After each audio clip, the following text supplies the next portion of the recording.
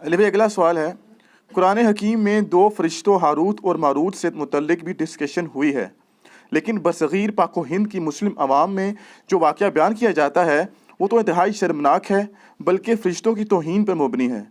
Please اس حوالے سے ہمیں صحیح انفارمیشن دیں تاکہ عوام الناس کو کہانیوں سے بچایا جا سکے۔ عوام الناس کو کہانیوں سے بچانے کے لیے میرے بھائی آپ کو کہانی بازوں سے توڑ کے نا کتابوں کے ساتھ جوڑنا پڑے گا، اور آپ کو ایک دفعہ بڑے احترام سے ان کے سامنے عرض کرنی ہوگی کیا کہ مرنے سے پہلے اے مسلمان کر لے اس پہ غور، کتابوں کا خدا اور ہے، بابوں کا خدا اور۔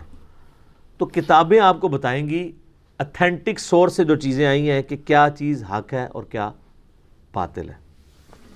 یہ ہاروت اور ماروت کے بارے میں جو پبلک کے اندر مشہور ہے ہم آپ کو بتا دیتے ہیں، اور اس کا سورس بعض کتابوں کے اندر موجود ہے، لیکن محدثین نے سخت جرح کی ہوئی ہے کہ یہ واقعات مجہول راویوں نے بیان کیے ہیں۔ آپ ذرا اس بات کو سمجھ لیں، چونکہ اسلام نے دو بڑی سپر پاورز اکھاڑی تھیں، رومن امپائر اور پرشین امپائر، لہٰذا کئی لوگوں نے اس وقت اسلام کے غلبے کی وجہ سے دب کے اسلام تو قبول کر لیا، لیکن بعد میں یہ ہوا کہ انہوں نے اسلام کے ساتھ اپنی دشمنی نبھائی۔ اوپر سے یعنی اسلام قبول کر لیا، اندر سے ان کے اندر جذبہ پایا جاتا تھا اسلام دشمنی کا، انہوں نے جھوٹی روایتیں گھڑنی شروع کی۔ اسی طریقے سے مجہول الحال لاپتہ ان نون لوگوں کی روایتیں بھی چلنی شروع ہوئیں۔ محدثین نے شکر ہے پورا ایک اسماء و رجال کا علم ڈیولپ کیا، جس کے تحت بتا دیتے ہیں کہ یہ روایت اگرچہ مسند امام احمد میں لکھی ہوئی ہے، صحیح ابن حبان میں بھی موجود ہے، المستدرک الحاکم میں بھی موجود ہے، ہاروت اور ماروت سے متعلق جو قصے ہیں کو جوڑ جاڑ کے آلموسٹ وہی سٹوری بن جاتی ہے، لیکن اصول محدثین پہ زیرو سے ملٹیپلائی ہے، نہ وہ قرآن میں فٹ ان بیٹھتی ہے، نہ بخاری مسلم میں فٹ ان بیٹھتی ہے۔ ہاروت اور ماروت کا ذکر قرآن حکیم میں اللہ تعالیٰ نے سورہ البقرہ کے اندر کیا ہے۔ سورۃ البقرہ کی آیت نمبر ہے، اعوذ باللہ من الشیطان الرجیم، بسم اللہ الرحمن الرحیم، 102 ہے غالباً، جہاں پہ اللہ تعالیٰ نے اس چیز کو ایڈریس کیا۔ ہاں جی 102، اعوذ باللہ من الشیطان الرجیم، بسم اللہ الرحمن الرحیم۔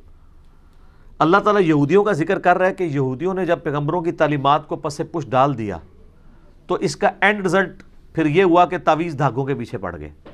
جب آپ وحی کی تعلیم کو پس پش ڈالتے ہیں نا، پھر جادوگروں کی تعلیمات جو شیاطین ان کو سکھاتے ہیں، کیونکہ ظاہر ہے روحانی علم کے مقابلے پہ شیطانی علم ہے، تو وہ پھر رواج پکڑتا ہے، حتیٰ کہ اندازہ کریں نقش سلمانی بھی لکھا جاتا ہے آج بھی، نقش سلمانی حضرت سلمان کی طرف، اور یہ کام یہودیوں نے سازش کی۔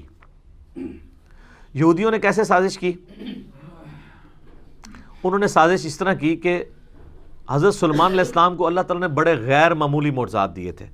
سورہ سعد پڑھ کے دیکھیں، سورہ سبا پڑھ کے دیکھیں، میرا تخت بلقیس والا کلپ دیکھیں، میں نے حضرت سلمان علیہ السلام کا تعارف کروایا، سیدنا سلمان ابن داود علیہ السلام۔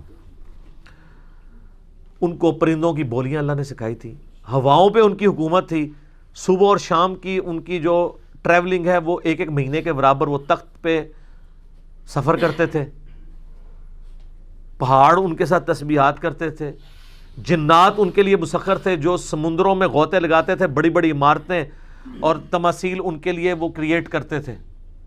اتنے غیر معمولی ان کو اللہ تعالیٰ نے نا پاورز دی تھی سلمان علیہ السلام کو، ایسی بادشاہت نہ سلمان علیہ السلام سے پہلے کسی نے اس روح ارض پہ دیکھی ہے نہ قیامت تک۔ وہ تو قرآن میں بھی ذکر ہے، انہوں نے دعا کی تھی، اللہ جو تو نے مجھے دیا ہے نا میرے بعد کسی کو نہ دینا، اللہ نے ان کی دعا قبول کی ہے۔ تو اب اتنی غیر معمولی پاور تھی تو ظاہر ہے پھر شیطان نے اس کے اگینسٹ زور بھی غیر معمولی لگایا، ٹھیک ہے۔ تو حضرت سلمان علیہ السلام کے پیچھے اللہ تھا، انہوں نے شیاطین کو، جادوگروں کو، ان کو قابو کر لیا، ان سے وہ کام لیتے تھے، قرآن میں ذکر ہے، قرآن میں بس اتنا ہی ہے۔ یہ جو سورہ بقرہ کی آیت نمبر 102 ہے نا، اس کے کانٹیکسٹ میں اس کو میں بعد میں کور کرتا ہوں۔ المستدرک الحاکم میں ایک حدیث ہے صحیح سند کے ساتھ کہ عبداللہ ابن عباس کے پاس ایک بندہ آتا ہے کوفے سے, تو اس سے پوچھتے ہیں کوفے کا کیا حال ہے. انہوں نے کہا کوفے کا حال یہ ہے کہ کوفے کے لوگ تو یہ عقیدہ رکھتے ہیں کہ حضرت علی علیہ السلام مرے نہیں ہیں بلکہ وہ روپوش ہو گئے ہیں, ان قریب دوبارہ ظاہر ہو جائیں گے, پردہ فرما لیا. تو ابن عباس کو غصہ آ گیا. دیکھیں صحابہ کرام کس طرح عقیدے کی اصلاح کرتے تھے. انہوں نے کہا کہ اگر علی مرنے کے بعد دوبارہ دنیا میں آ جائے گا تو یہ بتاؤ کہ علی کے مرنے کے بعد اس کی وراثت کیوں تقسیم ہوئی ہے, اس کی عورتوں نے نئے نکاح کیوں کر لیے ہیں. آئے ہائے ہائے, یہ صرف نبی کا پروٹوکول ہے کہ اس کی وفات کے بعد اس کی بیوی نکاح نہیں کر سکتی کیونکہ وہ امت کی ماں ہے. یہ نبی کا پروٹوکول ہے سورۃ الاحزاب میں, النبی اولیٰ بالمؤمنین من انفسہم وازواجہ امہاتہم. صحابہ میں تو کوئی فوت ہوتا تھا دوسرا صحابی اس کی بیوی سے شادی کر لیتا تھا. خود حضرت علی نے حضرت ابوبکر کی بیوی سے شادی کی ہے ان کی وفات کے بعد, اسما بنت امیس سے. اسی لیے محمد بن ابی بکر جو حضرت ابوبکر کے بیٹے ہیں پرورش ساری مولا علی نے کی ہے, اسی لیے جنگ جمل میں حضرت علی کے ساتھ تھے اور اما عائشہ کو سمجھاتے تھے. سیدہ عائشہ کا قاتل کون, وہ آپ میرا کلپ دیکھ لیں, اس میں نے محمد بن ابی بکر کا تعارف بھی کروایا رضی اللہ تعالیٰ عنہ علیہ السلام. تو عبداللہ ابن عباس نے جب یہ اس کو پھکی دی نا, انہوں نے کہا کوفے کے لوگوں اگر علی نے مرنے کے بعد دوبارہ دنیا میں آ جانا ہے تو اس کی بیوہ بیویوں نے اور شادیاں کیوں کر لی ہیں اور اس کی وراثت کیوں تقسیم ہو گئی ہے. یہ انہوں نے پھکی دی کہ وہ فوت ہو چکے ہیں, کوئی دنیا میں واپس نہیں آ سکتا. حتیٰ کہ مسلم شریف کے مقدمے میں ہے جب کچھ تابعین کے دوران ایک بندے نے آ کے لچ تلا کہ جی جب عبداللہ ابن مسعود ہمارے پاس آئے تھے جنگ صفین کے موقع پہ تو انہوں نے ہم سے ایک حدیث بیان کی, تو وہ تابعین کہنے لگے عبداللہ ابن مسعود تو 33 ہجری میں فوت ہو گئے تھے اور جنگ صفین ہوئی ہے 37 ہجری میں, یہ اپنے مرنے کے 4 سال کے بعد عبداللہ ابن مسعود کیا قبر سے نکل کے آگے حدیث بیان کر گئے تھے؟ نا, پہلے نہیں سن لوگ قبریں تو نکل دے. ہاں اس تو بعد بشکارلے بزرگ نکلنا شروع ہو گئے کہانیاں, اُن بھی نہیں نکلتے اللہ فضل ایس پلیٹ فارم دی برکت, اُن بھی ڈر گئے اُن نہیں نکلتے. یعنی کہانیوں میں نکلتے تھے, فزیکلی تو پہلے بھی نہیں کبھی نکلے, بیچ میں تھوڑا سا پیریڈ آیا تھا, اب دوبارہ نشت ثانیہ شروع ہو چکی ہے الحمدللہ. تو عبداللہ ابن عباس رضی اللہ تعالیٰ عنہ نے کہا کہ اس طرح تو نہیں ہو سکتا, اور پھر انہوں نے کہا اے کوفے کے لوگوں تمہارا حال تو وہی ہے, تم آئے ہو عراق سے, عراق کے لوگ ہی تھے نا, بابل شہر کے رہنے والے, بابل کا نام بھی آئے گا اس میں, بابل ہم اردو میں کہہ رہے ہیں, لفظ بابل ہے, اور بیبلونیا انگلش کے اندر دنیا کی سب سے قدیم ثقافت ہے.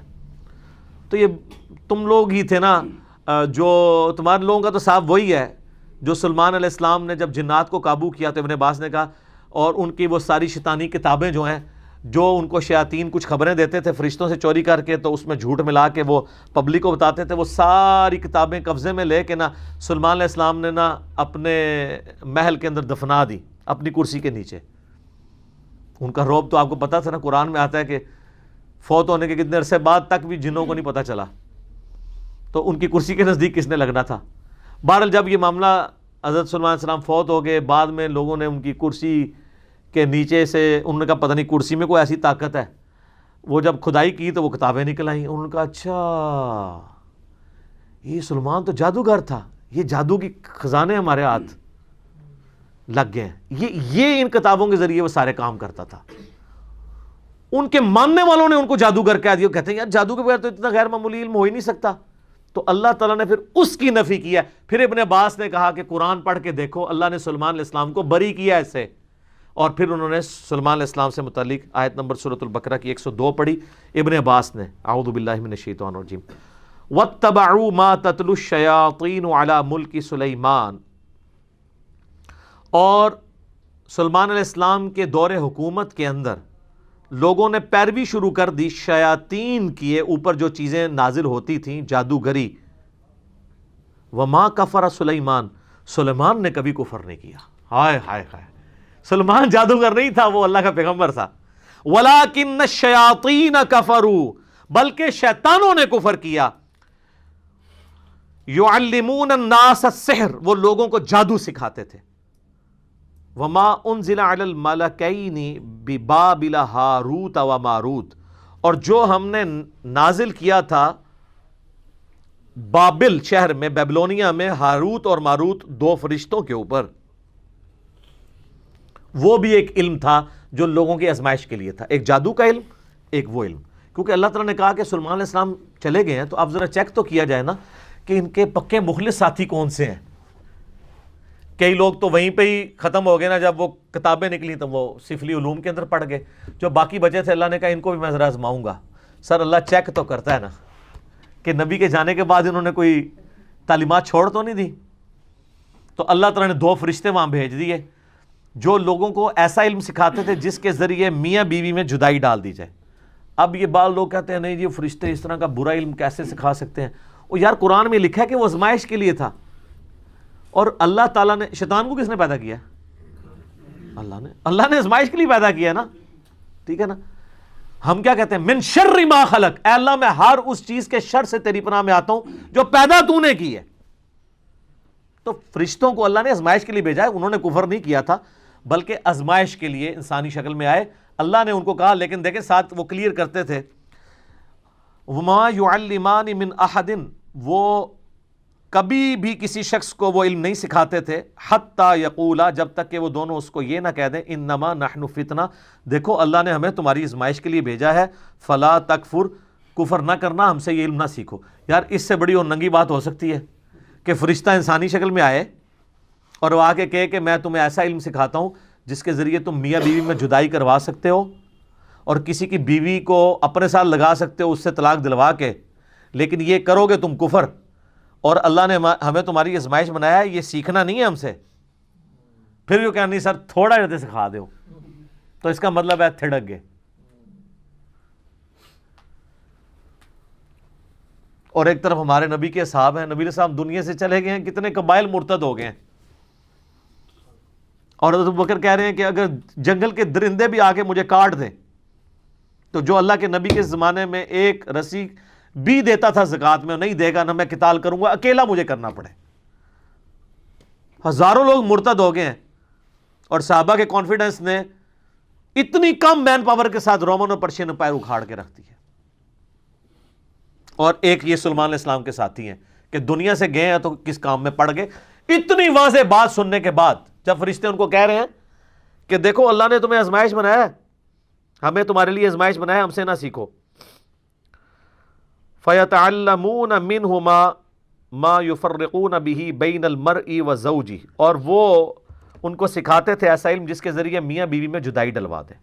وَمَا هُمْ بِضَارِّينَ بِهِ مِنْ أَحَدٍ إِلَّا بِإِذْنِ اللَّهِ، اور وہ کسی کو نقصان نہیں پہنچا سکتا تھا وہ علم، ہاں مگر اللہ چاہے. یعنی جو اللہ کی پناہ میں آتا ہے، جو اذکار کرتا ہے، سارے جادوگر مل کے کچھ کر لیں. نبی علیہ السلام پہ بھی جادو ایک دفعہ ہوا ہے جب معوذتین نازل ہوئی ہیں، اس کے بعد کبھی کسی صحابی پہ جادو ہوا ہے؟ حضرت عمر نے پوری دنیا تل پٹ کر دی ہے، سارے جادوگر یروشلم میں بیٹھے تھے، کرتے نا حضرت عمر پہ جادو؟ بچا لیتے اپنی سلطنتیں؟ نہیں. جب اذکار آ گئے تو پھر جادوؤں کے کام ہے. وَيَتَعَلَّمُونَ مَا يَضُرُّهُمْ وَلَا يَنْفَعُهُمْ، اور وہ ایسا علم سیکھتے تھے جو ان کو نقصان ہی پہنچاتا تھا، نفع کو نہیں دیتا تھا.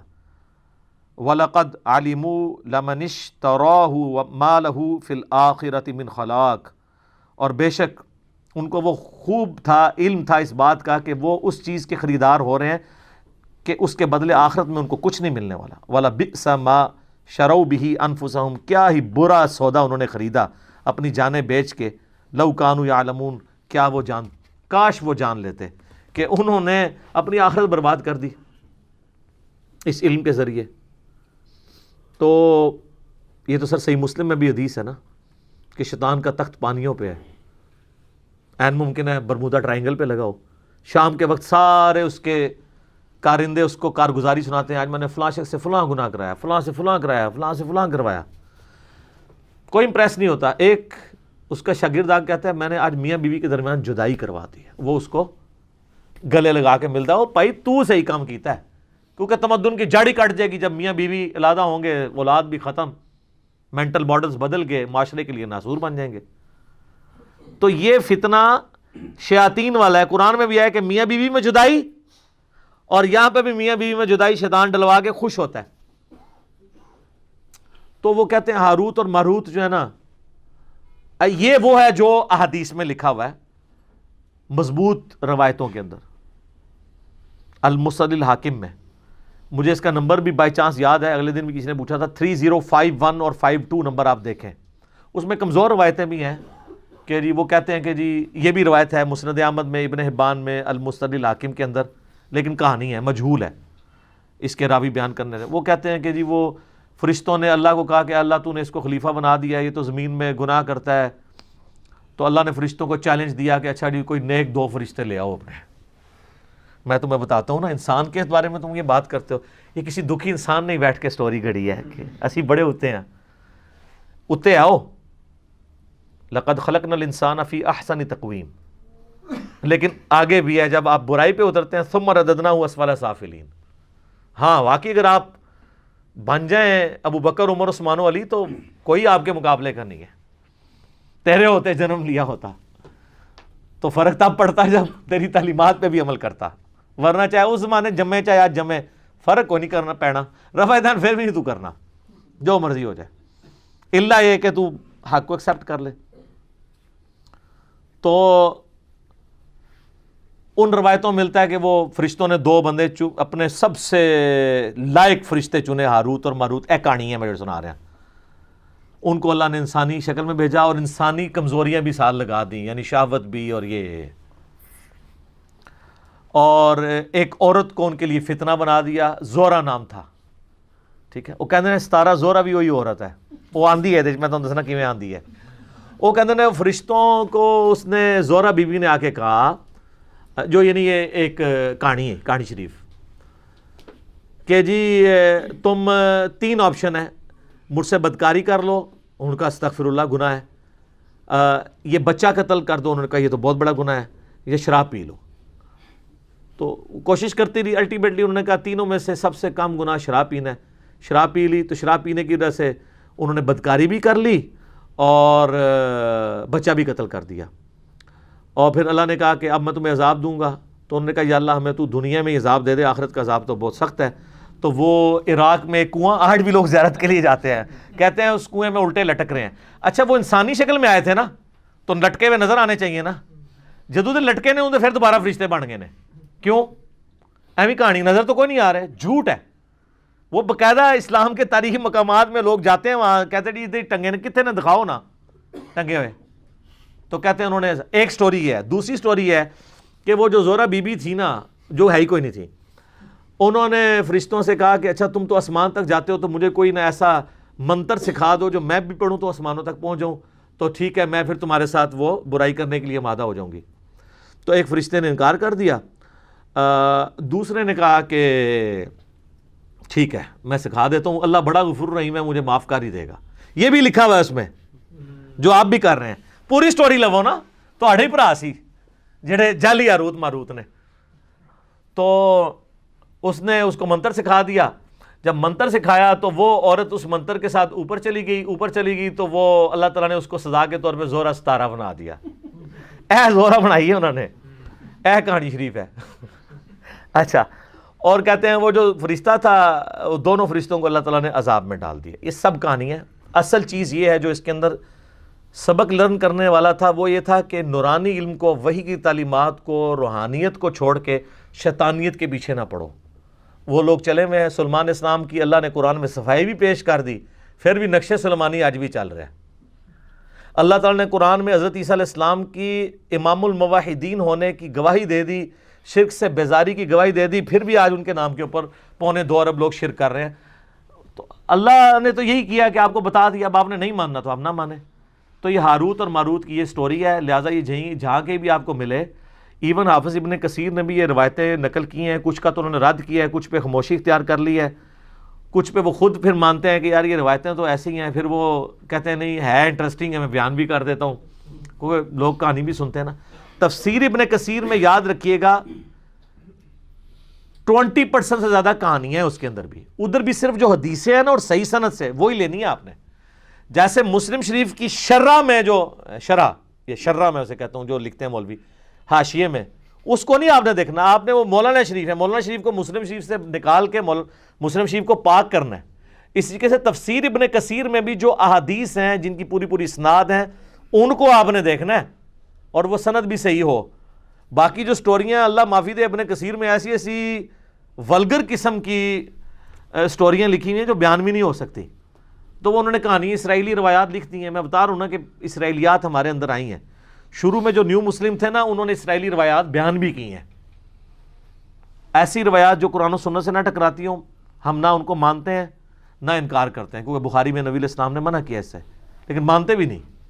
لیکن جو سراحتاً ٹکرا رہی ہیں، انبیاء کی توہین پہ مبنی ہے، ہم جوتے کی نوک پہ رکھ کے ان کو باہر پھینکیں گے کہ انبیاء کا کریکٹر یہ نہیں ہے جو تم بیان کرتے ہو، نہ فرشتوں کا کریکٹر ہے. قرآن میں تو بار بار آیا ہے، سورہ تحریم کے اندر آیا کہ فرشتے وہی کرتے ہیں جو اللہ ان کو حکم دیتا ہے، سرتابی نہیں کرتے.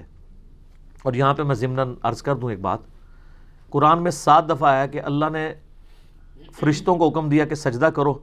سب فرشتوں نے حضرت آدم کو سجدہ تعظیمی کیا، عبادت والا نہیں، سوائے ابلیس کے. تو لوگوں کو شائبہ ہوتا ہے شاید ابلیس وہ فرشتہ تھا جو نافرمان ہے، تو ہاروت ماروت بھی ہو سکتے ہیں. ابلیس کا قرآن میں سورہ الجن کی آیت نمبر 50 میں آ گیا، کان من الجن ففسق عن امر ربی. ابلیس جنات میں سے تھا، اس لیے اس نے اپنے رب کی نافرمانی کی. اگر وہ فرشتہ تو کبھی بھی نافرمانی نہ کرتا. فرشتے کبھی بھی نافرمانی نہیں کرتے اللہ کے حکم کی، نہ وہ شرک کرتے ہیں نہ کفر کرتے ہیں. یہ ذہن میں رکھیے گا. یہ میں اس لیے بتا رہا ہوں آپ کو کہ بعض لوگ یہ کہہ دیتے ہیں کہ جی وہ فرشتوں کا استاد تھا، اور جی شیطان کو بھی بڑا علم سی. پتہ ہے کہ وہ بتانا چاہتے ہیں کیونکہ ان کو پتہ ہے قرآن حدیث سارا ہمارے خلاف ہے، تو اب قرآن حدیث کو تو شیطانی علم نہیں کہہ سکتے، تو ایک اور کہانی کر لی ہے، اور جی علم تو شیطان کو بھی بہت سی. سر کس آیت اور حدیث میں لکھا ہوا ہے؟ قرآن میں تو ایسا نہیں ہے. تو ایک ڈاکٹر مفتی جو بریلویوں کے ہیں، ان کی جو میں نے علمی حوصلہ افزائی کی ہے ایک اپنے کلپ کے اندر، جنہوں نے علم کی توہین کی تھی، وہ آپ دیکھ سکتے ہیں. علم کی توہین کرنے والا تو کافر ہو جاتا ہے اگر اس نے جان بوجھ کے کی. اگر لا علمی میں کی ہے تو توبہ کر لے، معافی ہے. انبیاء کی وراثت کیا ہے؟ علم. نبی علیہ السلام کو کس دعا کا حکم ہے؟ قل رب زدنی علما. سورہ طٰہٰ. سورہ فاطر میں کس کو کہا گیا کہ اہل معرفت ہے؟ انما یخشی اللہ من عبادہ العلماء، اہل علم. سورہ الزمر میں قل هل يستوي الذين يعلمون والذين لا يعلمون انما يتذكر اولو الالباب. بھلا بتاؤ علم والے اور بغیر علم والے برابر ہو سکتے ہیں؟ نصیحت تو قبول نہیں کرتے مگر عقل والے. سب کچھ علم کے گرد گھومتا ہے اور آپ علم کی توہین کریں. پیر نصیر الدین نصیر رحمہ اللہ تعالیٰ نے نا ان جعلی لوگوں کی مٹی پلید کی ہے، جعلی علماء اور جعلی پیروں کی. ویسے پیر جو اصلی بھی ہوتا ہے نا وہ بھی جعلی ہوتا ہے، کیونکہ عربی میں پے نہیں ہوتی ہے. تو باقی ہم چونکہ ایک ریناؤنڈ ہے چیز، خوب مٹی پلید کی ہے ایک اصلی پیر نے، پیر نصیر الدین نصیر رحمہ اللہ نے. انہوں نے ایک کتاب لکھی ہے، کیا شیطان عالم تھا؟ سر جو مٹی پلید کی ہے انہوں نے، جو لوگ کہتے ہیں نا شیطان علم والا تھا وہ گمراہ ہوا ہے، انہوں نے بتایا کہ شیطان کے پاس علم ہوتا نا تو کبھی گمراہ نہ ہوتا، وہ خالی عبادت گزار سی. اگر عالم ہوتا تو کبھی گمراہ نہ ہوتا. علم تو حفاظت کرتا ہے انسان کی. علم کا تقاضا یہ نہیں تھا کہ اللہ سے بحث کرتا. علم تو ہے سمعنا و اطعنا، سنا اور مانا. اکڑ آتی نہیں ہے. علم انسان میں عاجزی لاتا ہے. البتہ جو شخص علم کی بنیاد پہ اکڑے اس سے بدترین کوئی نہیں ہوتا. وہ بھی ہے ایک پہلو. سورۃ الاعراف کی آیت نمبر 175 اور 176 میں بلعام بن بعورہ کا ذکر ہے. المستدل الحاکم میں اس کانٹیکس میں حدیث ہے کہ بنی اسرائیل کا عالم تھا، دنیا کا کتا بن گیا. تو اللہ نے کہا کہ یہ کتے کی مثال بن گیا ہے. جیسے کتے پہ بوجھ ڈالا جائے تب بھی زبان اس کی باہر رہتی ہے، نہ ڈالا جائے تب بھی زبان ہانپتا رہتا ہے، کیونکہ دنیا کی محبت کا شکار ہو گیا علم کے باوجود، اور علم سے اس نے نفع نہیں حاصل کیا. جو علم سے نفع حاصل کرتے ہیں علم ان کی حفاظت کرتا ہے، اور جو علم کو شوکیس میں رکھ دیتے ہیں تو وہ قرآن میں آیا کہ ان گدھوں کی مانند ہے جن کے اوپر پیٹھ پہ کتابیں لدی ہوئی تھی. یہ میں کتابیں رکھتا ہوں، کہتے ہیں نہیں جی وہ تو قرآن میں مثال ہے. یہ سر یہ قرآن میں اس گدھے کی مثال ہے، گدھا شریف کی، کہ جو اپنے کندھے پہ اٹھاتا ہے لیکن وہ پڑھ نہیں سکتا. تو وہ گدھا شریف وہی ہیں جن کے شوکیس میں لکھے ہیں وہ پڑھتے نہیں ہیں. یہاں جو بیٹھے ہوئے ہیں نا وہ پڑھتے ہیں اور آپ کو بھی بتاتے ہیں کہ آپ بھی نکال کے پڑھ لیں. تو وہ گدھے کی مثال نہیں ہے، بلکہ اللہ نے ایسے اہل علم کی تو تعریف کی ہوئی ہے. کہتے ہیں نہیں گدھے کی مثال آئی ہے. گدھے کی مثال ان کی آئی ہے جو علم سے استفادہ نہیں کرتے. جو استفادہ کرنے والے ہیں وہ تو انما یخشی اللہ من عبادہ العلماء. ہاروت اور ماروت سے بات ادھر نکل گئی. ہاروت اور ماروت اللہ تعالیٰ کے فرشتے تھے، ان کی توہین نہ کریں، اور ان کے بارے میں یہ جھوٹا الزام لگانا یہ آپ کو گستاخی کے اندر لے جائے گا. توبہ کریں، کہانیاں ہیں، بیان ہوئی ہوئی ہیں، کچھ مسند احمد، صحیح ابن حبان میں، حاکم میں بھی آ گئی ہے، لیکن مجہول راویوں سے ہیں۔ صحیح بات وہ ہے جو میں نے المستدل الحاکم سے 305152 نمبر حدیث جو میں نے بیان کی ہے ابن عباس کے حوالے سے، کہ سارے جھوٹے الزامات تھے، اس کو اللہ نے کنڈیم کیا ہے کہ حضرت سلیمان علیہ السلام نے کبھی کفر و شرک کی تعلیم نہیں دی، کوئی تعویذ دھاگے نہیں کیے، وہ وہی کا علم سکھاتے تھے۔ یہ ان کے ماننے والوں نے ان کی طرف غلط باتیں منسوب کر دی ہوئی ہیں، اس میں ان کا کوئی قصور نہیں ہے۔ سلیمان علیہ السلام نے کبھی کفر نہیں کیا، وہ تو پکے موحد تھے۔ اور میں اس کانٹیکس میں ریکویسٹ کروں گا، میرا تخت بلقیس والا آپ کلپ دیکھیں ضرور، اس میں میں نے سلیمان علیہ السلام کا تعارف کروایا ہے کہ کیا وہ شخصیت تھے، اللہ نے ان کو کیا کیا خوبیاں دی تھی۔ لیکن بنی اسرائیل ان کے خلاف ہو گیا، حالانکہ خود سلیمان علیہ السلام ابراہیمی تھے، ان کی اولاد میں سے تھے، لیکن جب ان کی غلطیاں ہائی لائٹ کیں، جس طرح حضرت عیسیٰ علیہ السلام کے یہ خلاف ہو گئے، سلیمان علیہ السلام کے خلاف ہو گئے۔ پھر قرآن میں اللہ تعالیٰ نے یہ بھی فرمایا کہ ہم نے داود اور سلیمان کے ذریعے خود بنی اسرائیل پہ لعنت کروائی ہے، تو وہ تو ماننے کے لیے تیار ہی نہیں تھے۔ ان ہستیوں کو اللہ نے ان کو عزت دی، نبوت سے سرفراز فرمایا، عزت دی، کتاب نازل کی، زبور ان کے والد کے اوپر، اور جانشین بنایا ان کو۔ تو یہ نقش سلمانی پھر بھی چل رہا ہے، سلمانی ٹوپی بھی چل رہی ہے، پتہ نہیں کیا کچھ چل رہا ہے سلیمان علیہ السلام کے نام کے اوپر۔ سب کہانی ہے سر، قرآن سے جڑیں، احادیث سے جڑیں تو آپ کو سچائی پتہ چلے گی۔ ٹھیک ہوگا جی؟ اللہ تعالیٰ سے دعا ہے جو حق بات میں نے کہی اللہ تعالیٰ ہمارے دلوں میں راسخ فرمائے۔ اگر جذبات میں میرے منہ سے کوئی غلط بات نکل گئی، اللہ تعالیٰ ہمارے دلوں سے ہی محو کر دے، ہمیں کتاب و سنت کی تعلیمات پر عمل کر کے دوسرے بھائیوں تک پہنچانے کی توفیق عطا فرمائے۔ سبحانک اللہم و بحمدک، اشہد ان لا الہ الا انت، استغفرک و اتوب الیک، وما علینا الا البلاغ المبین۔ جزاکم اللہ خیرا و احسن الجزاء۔